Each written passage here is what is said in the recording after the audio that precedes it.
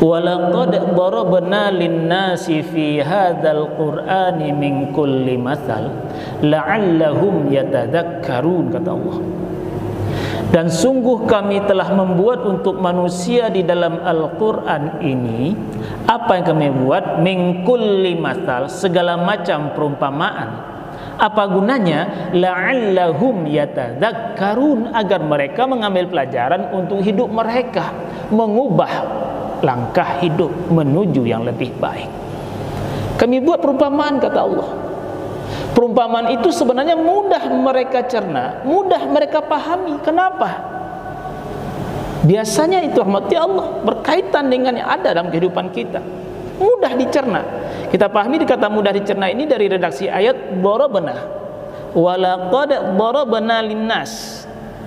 Rahmati Allah, darabna ini dari daraba. Ternyata kita temukan keterangannya dari banyak ahli. Daraba ini makna dasarnya itu meletakkan, menempelkan. Sehingga hadirin, dari kata daraba ini muncul makna memukul. Karena bukankah biasanya kalau memukul itu meletakkan atau menempelkan tangan dengan keras pada yang dipukul. Juga di kata daraba ini muncul makna berjalan. Karena bukankah biasanya kalau kita berjalan, kita letakkan kaki di permukaan bumi, kita tempelkan, walau tidak sekeras memukul. Artinya hormati Allah, pemilihan redaksi darabna ini meletakkan, menempelkan tadi. Walaqad darabna lin-nasi fi hadzal qur'ani min kulli mathal, kata Allah. Sungguh telah kami buat untuk manusia di dalam Al-Qur'an ini segala macam perumpamaan. Kami buat sehingga seakan-akan ditempelkan pada kita. Begitu mudah kita harusnya memahami, sehingga begitu mudah harusnya kita mengubah perangai. Kenapa? Perumpamaan ini, pelajaran ini mudah dicerna. Tapi sayang, ada yang mau mengambil pelajaran, ada yang tak pernah peduli. Rahmati Allah. Kita ambil contoh sederhana perumpamaan yang dibuat oleh Al-Quran. Surat Al-Ankabut ayat 41. Mathalul ladzina takhadhu min dunillahi awliya, kata Allah. Perumpamaan orang-orang yang menjadikan selain Allah sebagai pelindung, kamathalil ankabut, seperti perumpamaan laba-laba, kata Allah.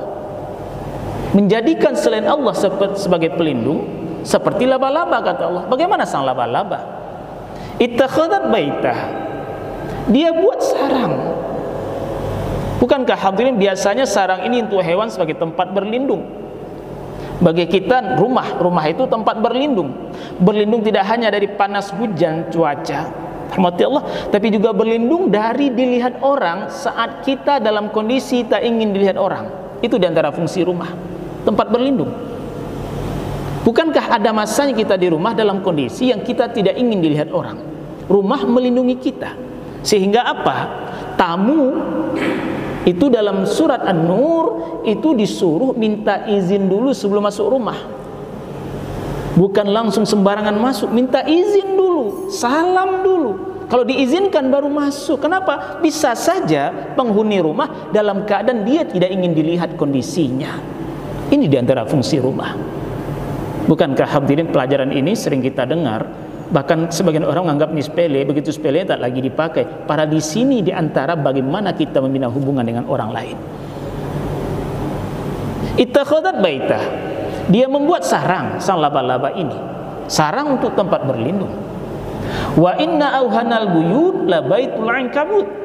Padahal sesungguhnya sarang paling rapuh itu justru sarang laba-laba, kata Allah.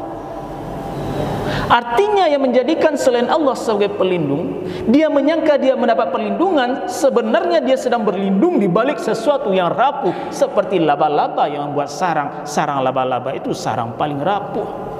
Tertipu orang ini yang berlaku syirik ini. Seakan-akan hadirin dengan berlindung di balik ketiak Fir'aun, berlindung di balik ketiak Namrud, dia akan aman dan mendapatkan perlindungan yang sangat kokoh. Salah. Kenapa? Itu perlindungan rapuh. Bukankah akhirnya Fir'aun, Namrud binasa? Kalau begitu jangan berlindung di balik ketiak kezaliman. Karena bisa saja ada zalim itu dalam tanda kutip, rahmati Allah, justru benar secara konstitusi. Karena orang terlalu pandai mencari celah-celah hukum hitam di atas putih. Yang salah bisa jadi benar atas nama sesuai dengan aturan hitam putih.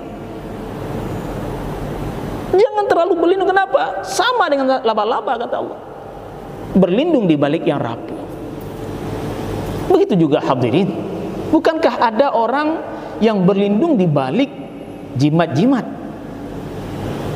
Rahmati Allah, yang biasanya ini, kita katakan biasanya, yang biasanya ini tidak jauh dari bantuan para jin. Surat Al-Jin ayat 6 tegas itu, bahaya posisi ini. Fazaduhum rohaqa, mereka para jin itu justru akan menambah kesulitan hidup. Begini Allah berikan perumpamaan yang menjadikan selain Allah sebagai pelindung seperti laba-laba. Dia berlindung di balik yang rapuh. Tanda apa? Tanda rusak tauhidnya, rusak akidahnya.